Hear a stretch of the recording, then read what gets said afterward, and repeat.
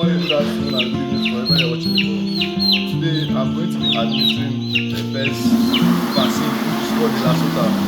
These birds are 1 week old, so they are going to be taking their first vaccine, which is the Lasota. This Lasota helps to protect them against the Newcastle diseases.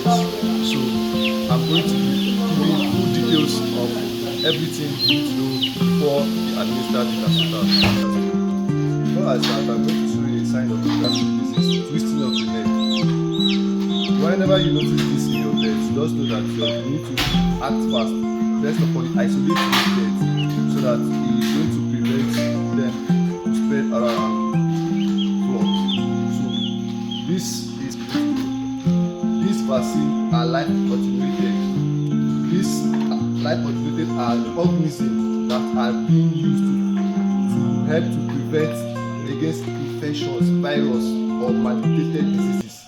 So before you administer your vaccine, you need to check the status of the vaccine. As you can see, this is like let's say a chalk.